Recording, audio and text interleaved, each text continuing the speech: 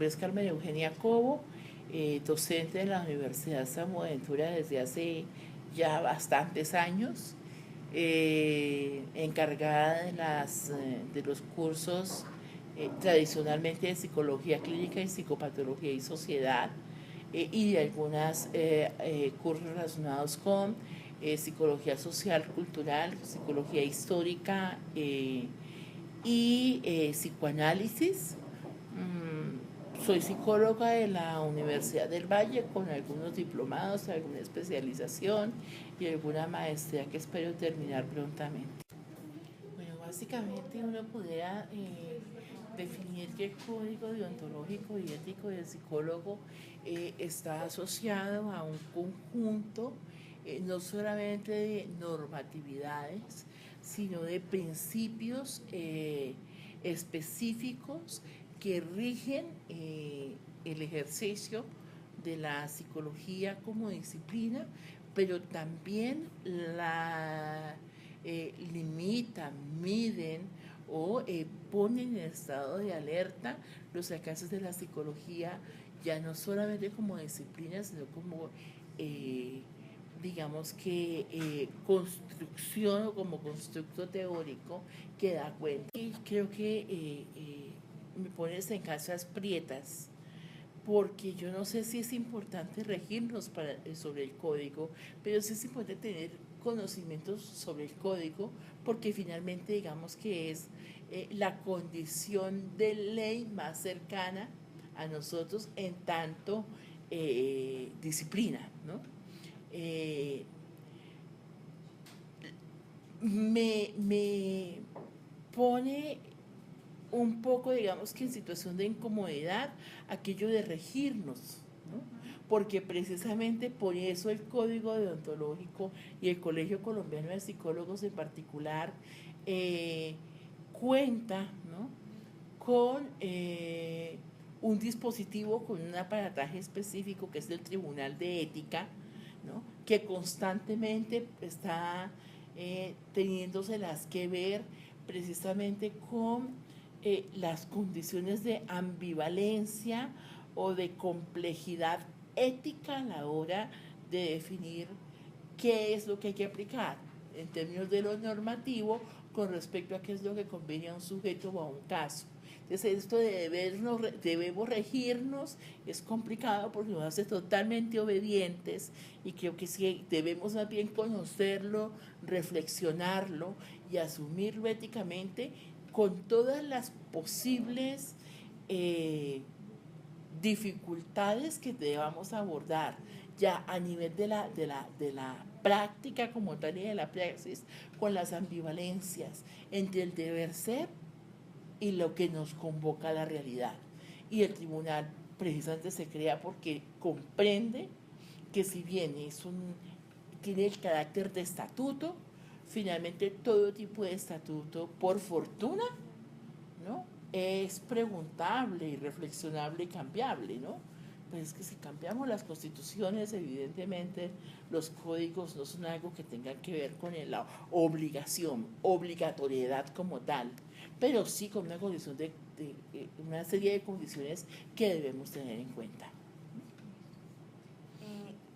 Reflexionable y cambiable, ¿no? Pues es que si cambiamos las constituciones, evidentemente los códigos no son algo que tengan que ver con la obligatoriedad como tal, pero sí con una condición de una serie de condiciones que debemos tener en cuenta. ¿En qué momento se divulga el secreto profesional? O sea, ¿en qué momento tenemos nosotros como la potestad de decir, voy a referirnos y voy a, ante un juez o ante quién tenemos que divulgar si llega dado el caso que tengamos que hablar? Son dos condiciones fundamentales, ¿no?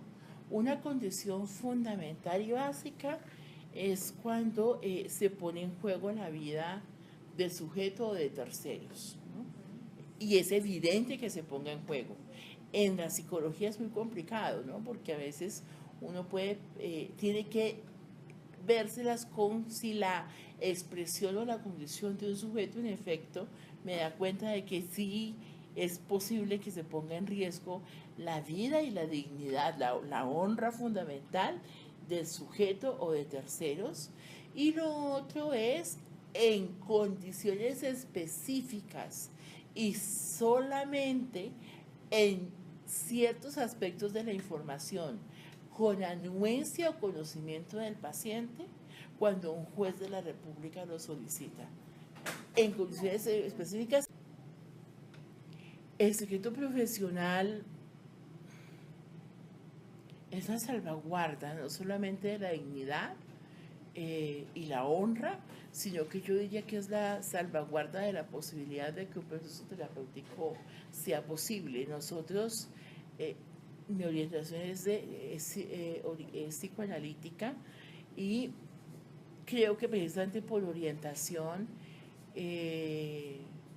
diría que los psicólogos, de hecho, reconocemos en el secreto profesional, antes de que se denominase incluso así, reconocemos uno de los fundamentos sobre los cuales se soporta la verdadera condición terapéutica, que es que el paciente sepa que aquello que pone en juego en el dispositivo terapéutico está asociado a su propia vida, que no hay condiciones en la expresión de sus pensamientos, sentimientos, sueños, afectos, ¿no?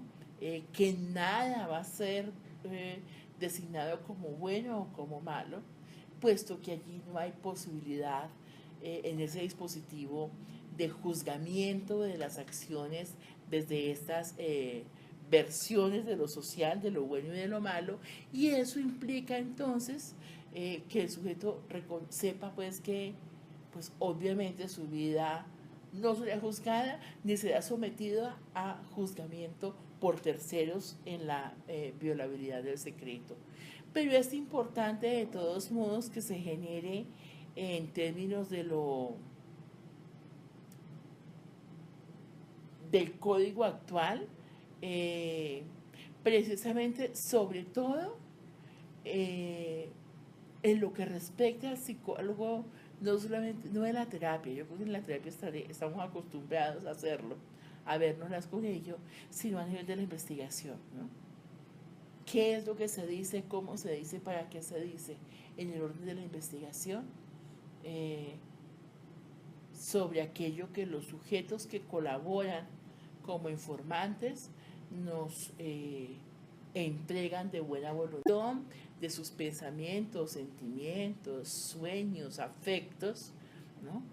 Que nada va a ser designado como bueno o como malo, puesto que allí no hay posibilidad en ese dispositivo de juzgamiento de las acciones desde estas versiones de lo social, de lo bueno y de lo malo, y eso implica entonces que el sujeto sepa pues que pues obviamente su vida no será juzgada ni será sometido a juzgamiento por terceros en la violabilidad del secreto. Pero es importante de todos modos que se genere en términos de del código actual, precisamente sobre todo en lo que respecta al psicólogo, no solamente, no de la terapia, yo creo que en la terapia estamos acostumbrados a hacerlo, a vernoslas con ello, sino a nivel de la investigación, ¿no? ¿Qué es lo que se dice? ¿Cómo se dice? ¿Para qué se dice? En el orden de la investigación, sobre aquello que los sujetos que colaboran como informantes nos entregan de buena voluntad para el avance de ciertas áreas de conocimiento desde la psicología. ¿Qué entidad se encuentra facultada para investigar y sancionar al psicólogo por su mala práctica profesional? El tribunal, ¿no? Desde el Colegio Colombiano de Psicólogos, el tribunal, ¿no? Básicamente. Pero no es el único porque depende de la falta, ¿no? O sea, a partir de lo disciplinario, el tribunal, ¿no?